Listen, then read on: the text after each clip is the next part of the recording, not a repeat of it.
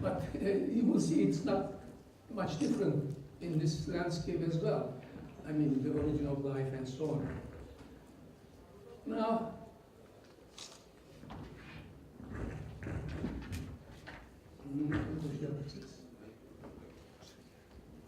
Sağ. Yan kenarda birini verelim. Lazer. Come on. Come on. Okay.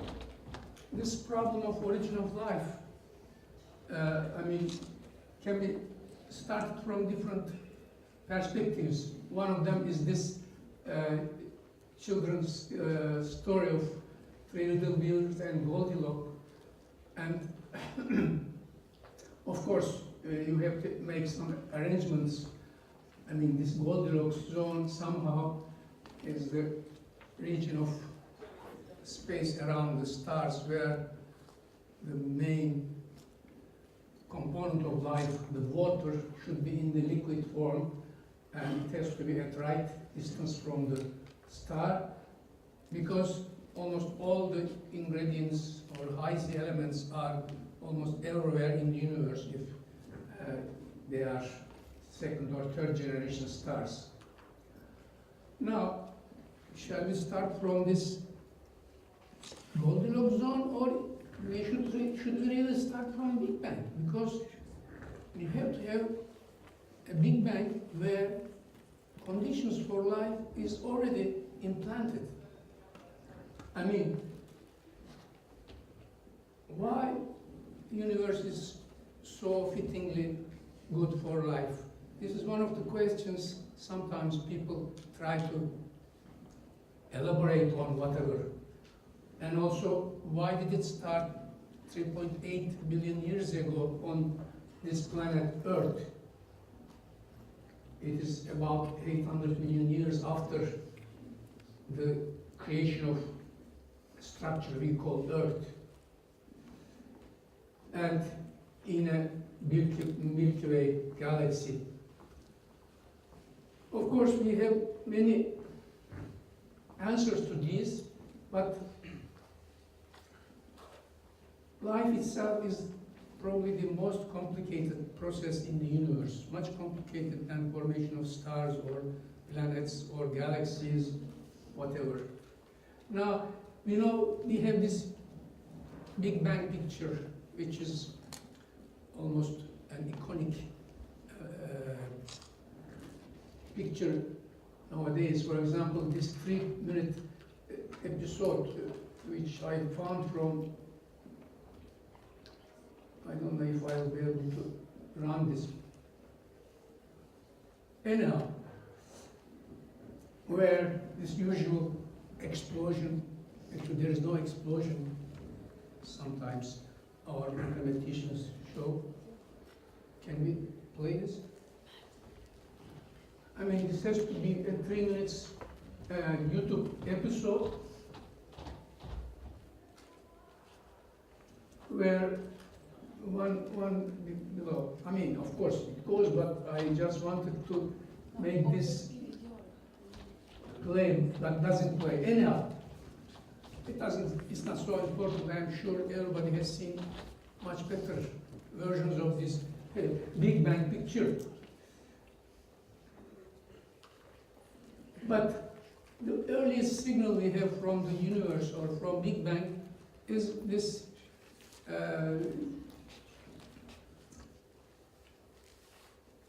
3-millimeter wavelength all-sky map, which has no feature actually. But if you go into the level of 10 to the minus 5, then you start seeing structures like this here. And there has been many satellites observing almost the same picture with different resolutions.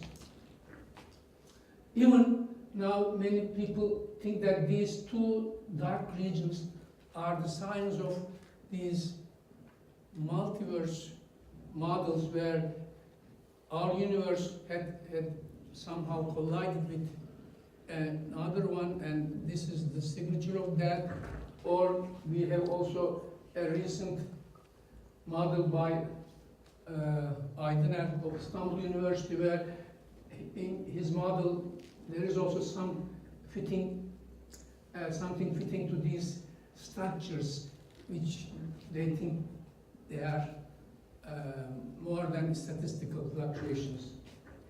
Anyhow, now from here, I mean, let's see these questions. Why and how everything started 13 billion years ago. Second question, why did it wait until 8.8 billion years? And then, how did it start, life itself? We will come to these one by one. Okay, this is the first question. Actually, gravity is the game designer in all universe. I mean,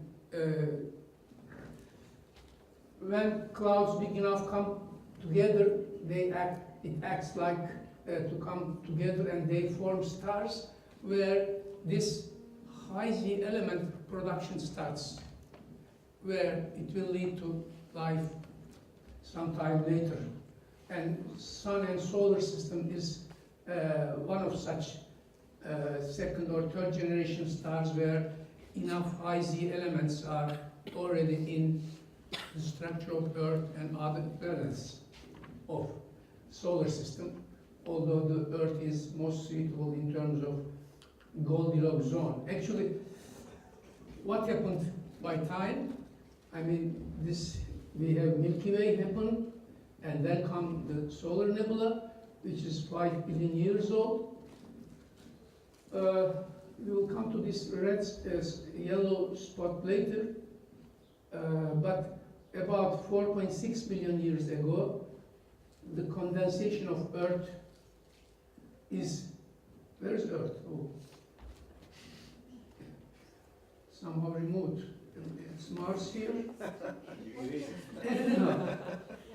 It should be somewhere there.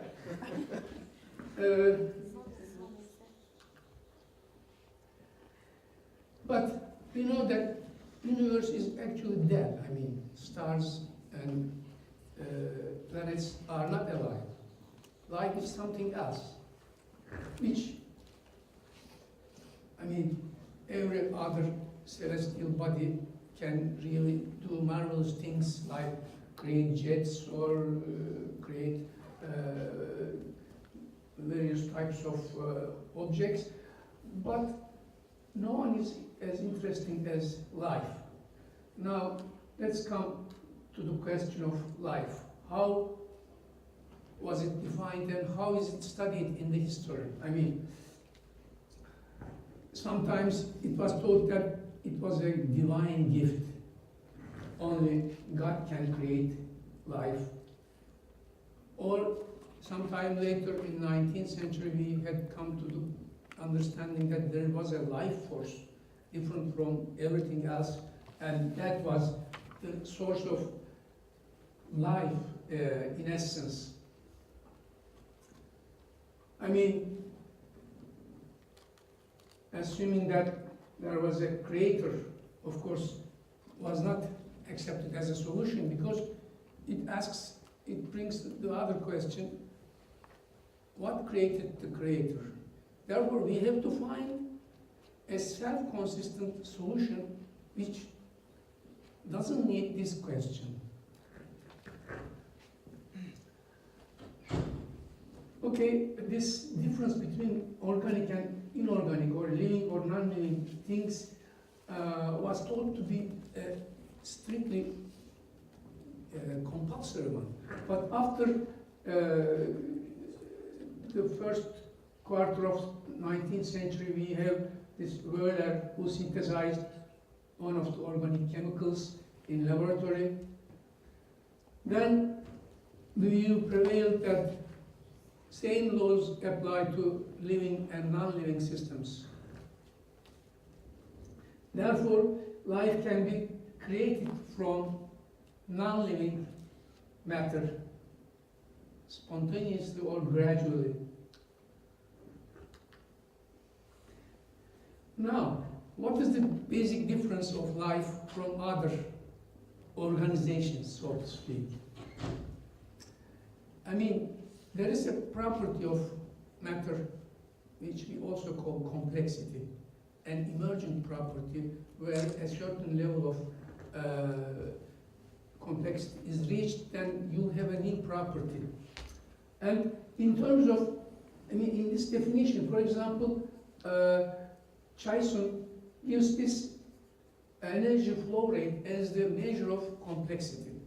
For example, in Milky Way, it's a structure different from empty space, but about half gram per second per gram of matter, I mean, half per second per gram of matter is flowing.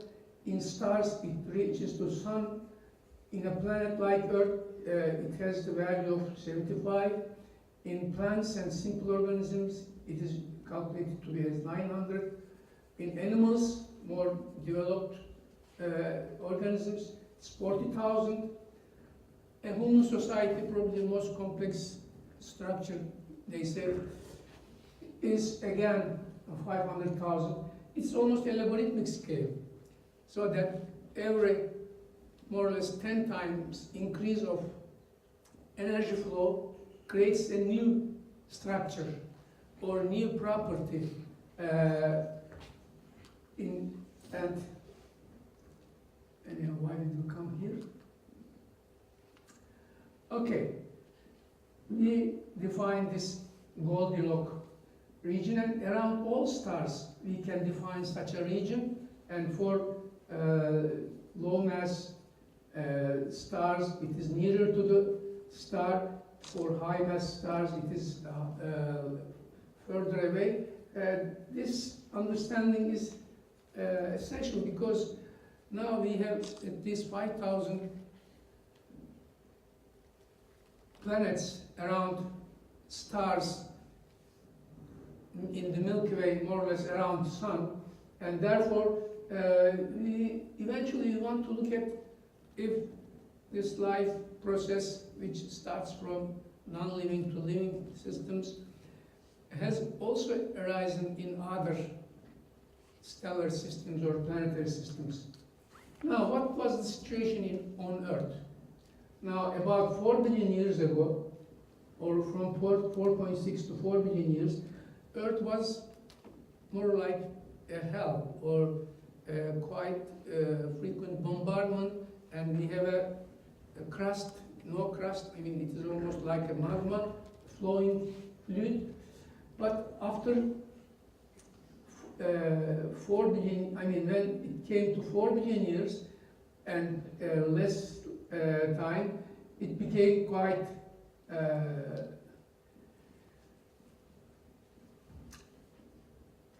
quiet place where this experiment on creation of life has probably started.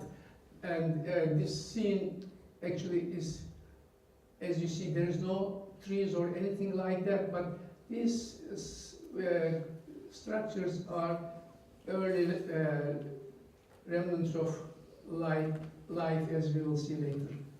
Now, then experimental work started. I mean, how can we really create life from non-life? Can we do it in the laboratory?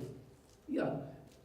An earlier attempt, one of the most famous, is Urey-Miller experiment, which was performed in 1950s, where they tried to create the early conditions of early Earth, like there was no oxygen atmosphere, there was only some other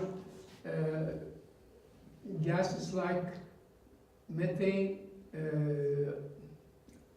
what was this? Ammonium, CO2, water vapor, and other gases in the atmosphere probably, but main ingredients are these, which we see in the atmospheres of other planets. Like Martian atmosphere is full of carbon dioxide, although it's very thin. Also in Venus it is very thick, but still carbon dioxide is there. Also, essentially, is liquid water environment where these chemical ingredients will meet each other and try to make new complex stuff. And also we need some energy, that is solar energy or volcanoes or thermal undersea vents and radioactivity, atmospheric electricity, which is basically lightning. And if you run this experiment where these sparks also represent this energy part, this liquid part, liquid water evaporates, and in this region where there's this mixture of gases, they interact with each other, and after some time, about several days later, you see an accumulation of some dark material there, and when you see what are they, you see that they are amino acids, nucleotides, and other organic molecules which are formed in a couple of days. That means we have the ingredients of almost DNA. Of course, it's not DNA. We still have a lot of way to go. In our model, okay, we know all this background information. We have all these things which can be created, but how we will push them together so that they form this RNA or DNA type more complex molecules or ATP and so on. We see that there is, we claim, everybody can claim this day and night cycle of Earth. We have a daytime where there's energy flow acting on the sea level or upper levels of seas and some small ponds somewhere or in the depths of ocean. And if there is energy and if there is carbon dioxide or an A-type molecule, then you create a sugar, a complex made of A plus some other things, and also we have oxygen left. This is the simplest thing, but this day and night energization cycle, during the day you create this, in the night some of this is resolved back and some is left, and next day you start from somewhere where you have already something, and now you do it again, and this complexity increases by time. We think that some even more complex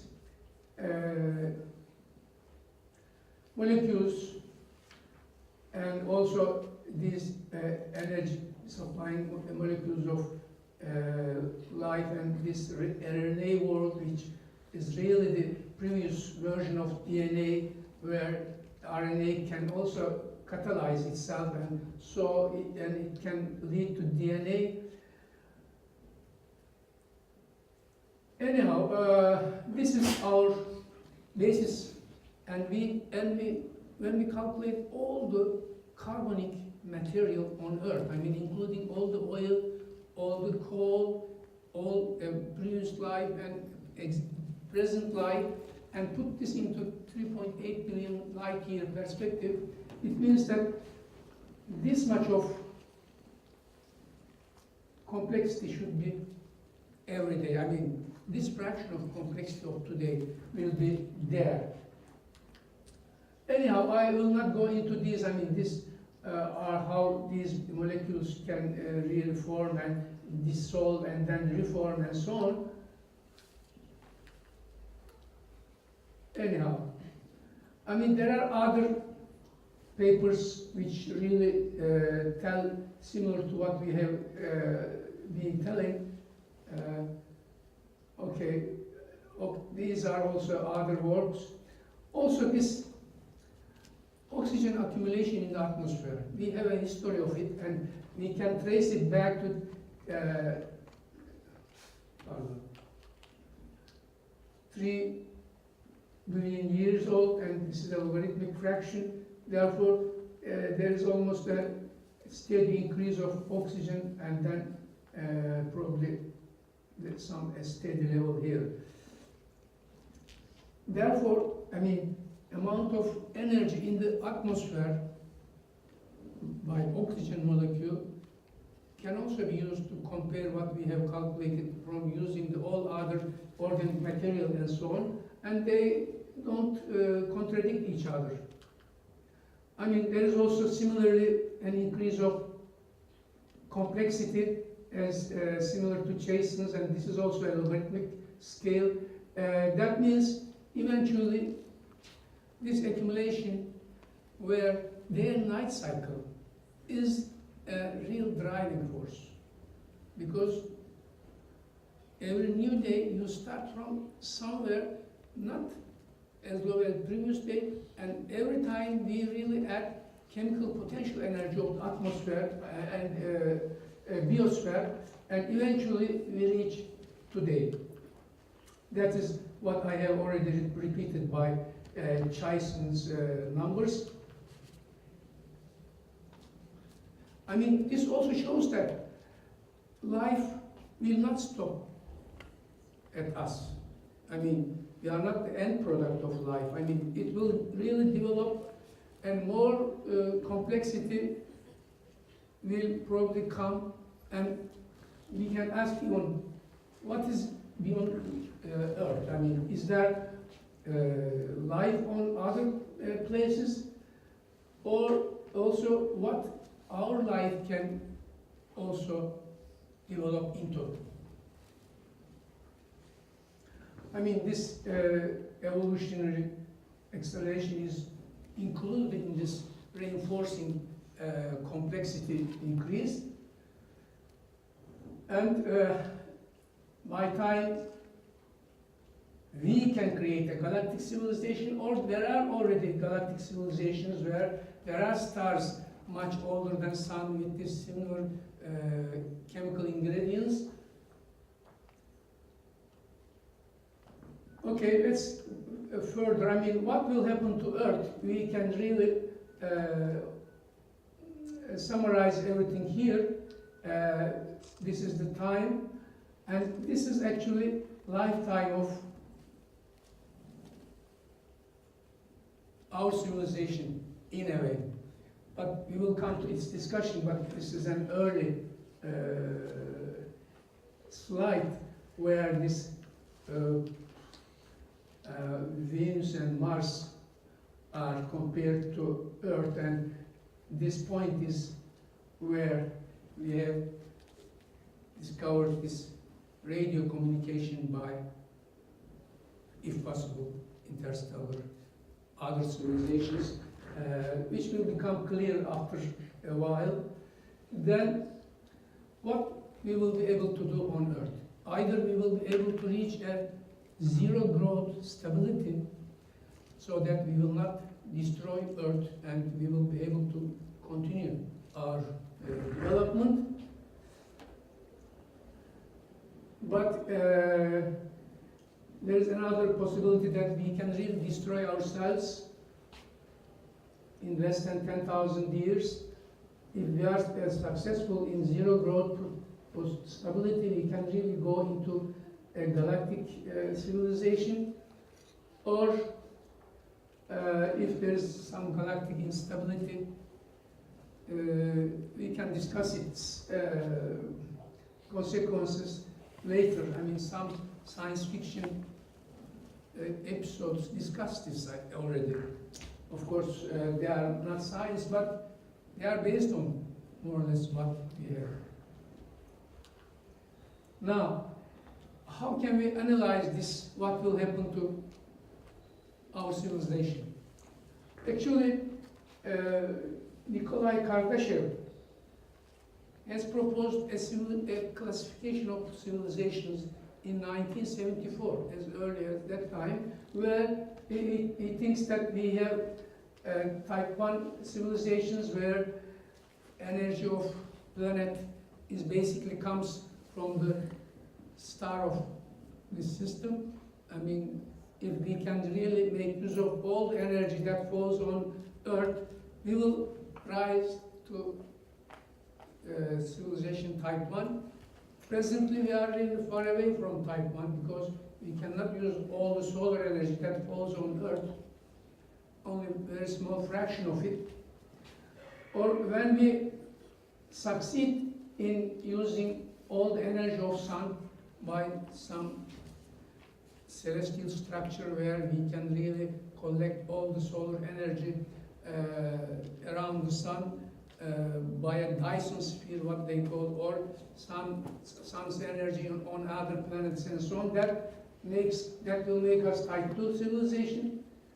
Or if we can really make use of many stars and their energies, then we will have a type 3 civilization. Or we can even envision where we have many galaxies like in a cluster, and we really make intergalactic travels, which we don't know how to do it at the moment, but we can at least think about all these. Now, there are some critics of this Kardashev scale. Of course, it is speculative, of course, and we don't have any example of more advanced civilization than our civilization. Therefore, how can we really describe them?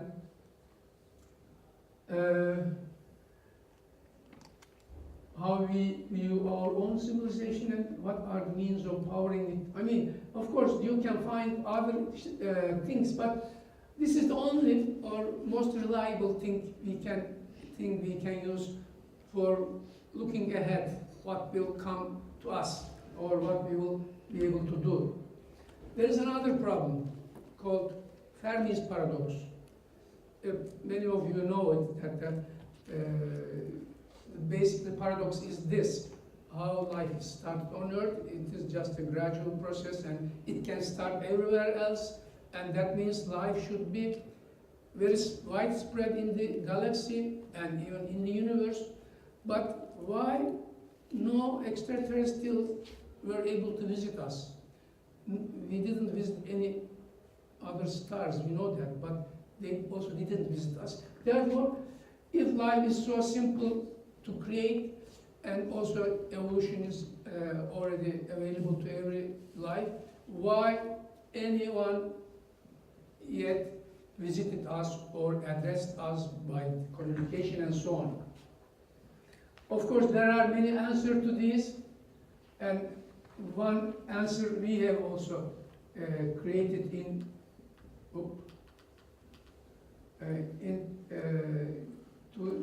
2016, where there is a mathematical trick.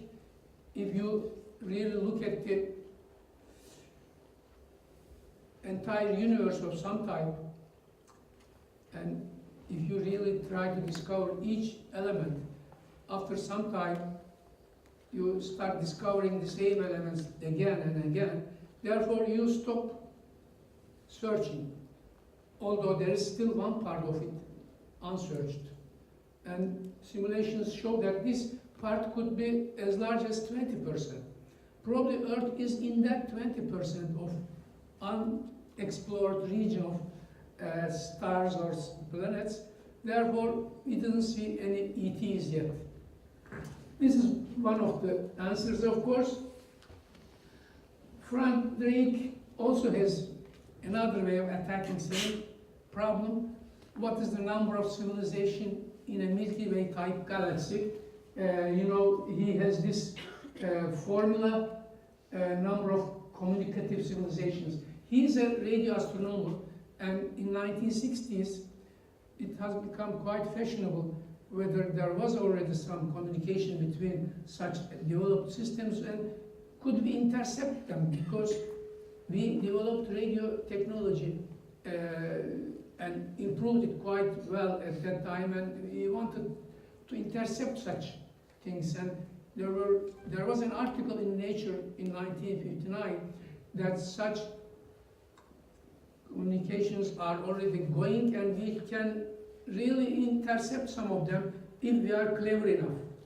Then this meeting was held by Frank Drake in NRAO, where he just made an opening talk and made a back of the envelope calculation how many civilizations we can have in, which can communicate with us. And eventually it came to the number that number of civilizations is equal to number of years a civilization is active in making radio communication or having radio communication technology available to communication or whatever. Now, this L, what is the value of L? I mean, how long our civilization will last? Is it 100 years, like Martin Rees discusses in his book, Our Final Century, thinking that we will really destroy ourselves, therefore we will not be able to meet any ETs. But Stephen Hawking is a bit more optimistic, but not much, because he thinks this is the last millennium. Still we have some time, anyhow. Now, we also made some estimations, and we think that this number could be about 10,000 years. I mean, in our calculation, we didn't use Drake's equation, but here we have this kind of reasoning. We have an energy expenditure at the moment, and we have total energy that will be available to our civilization, and the rate with which we use them, these two factors define that. And if you put that, our total energy is about 10 times what we have here.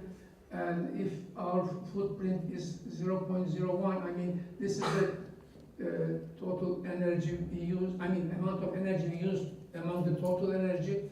And also we have a population increase, which also affects this calculation. And we come up with a number of 10,000 years.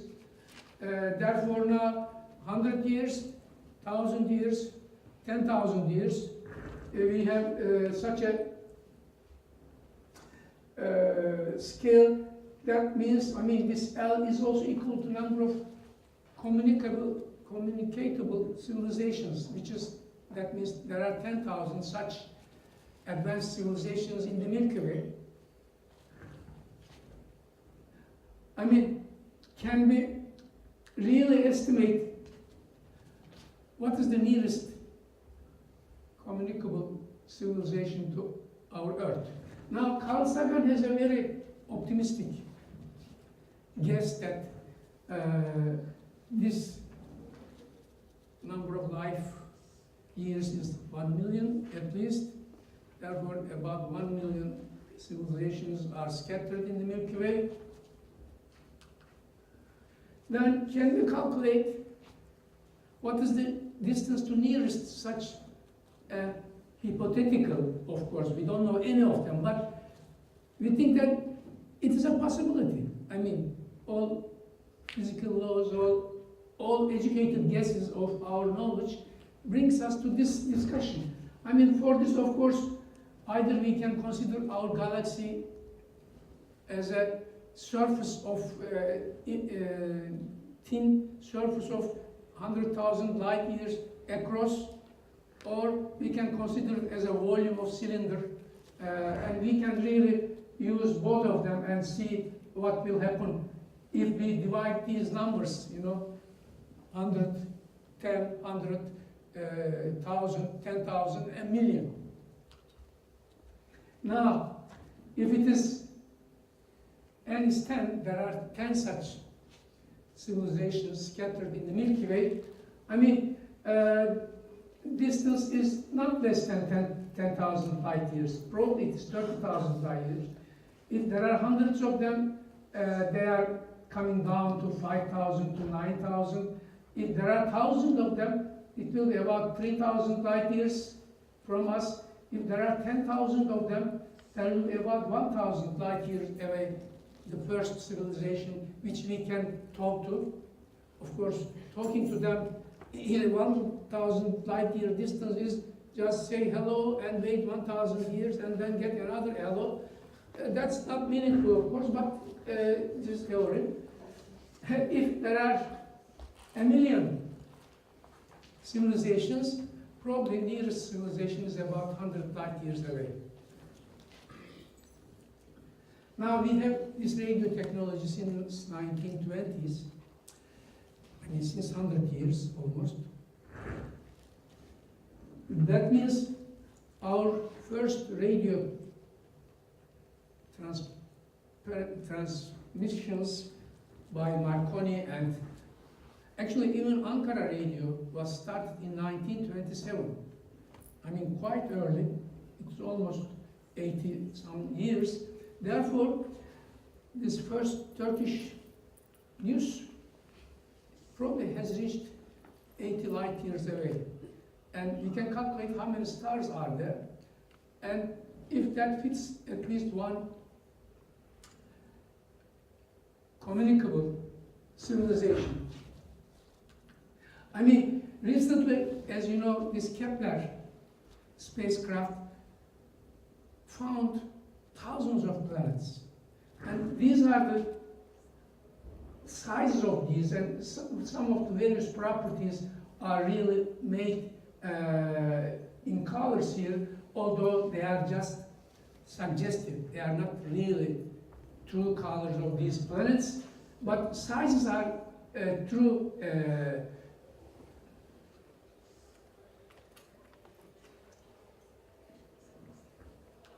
Anyhow, this is better presentation of same graph. I mean, this is more like this HR diagram of stars, where you have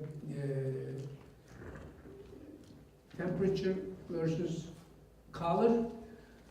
And here we have orbital periods of discovered planets, and also size to relative Earth. Of course, we all just are interested in this region.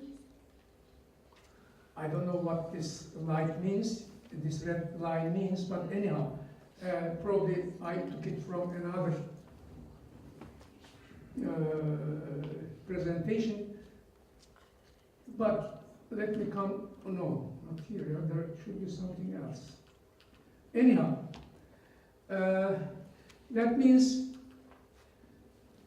we are probably on the verge of really locating one or few or several such Earth-like planets, where now we will have this overly large telescope to be built in Chile with 40 meter size, where atmospheres of these planets, when they are passing in front of their stars, will let us know what is in the atmosphere, and we are looking something like Earth-like. I mean, if there is an oxygen in that atmosphere, oxygen cannot be in the atmosphere if there is no life.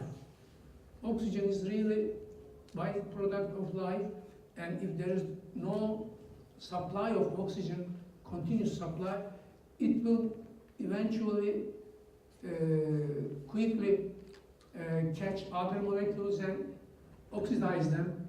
Therefore, there are a number of signs we are looking for.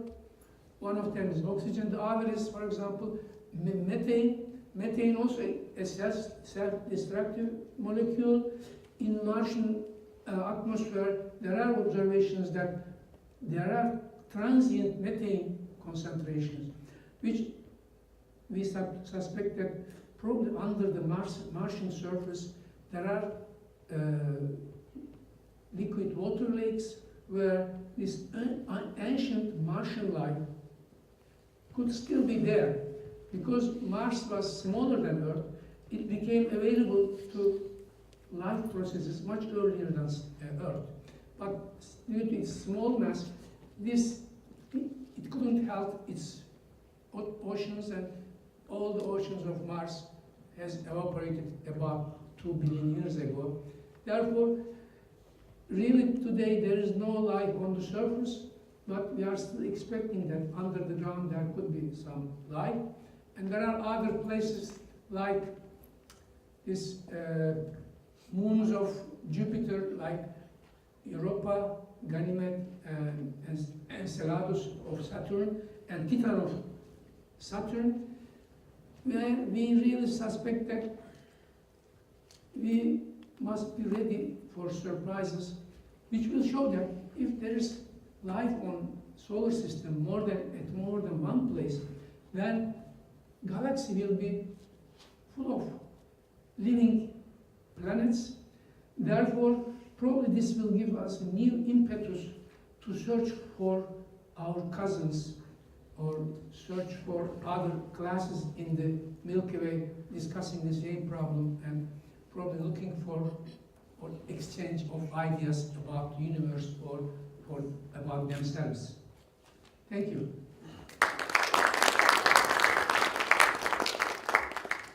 Okay, if you have questions. Any questions about the origin of life?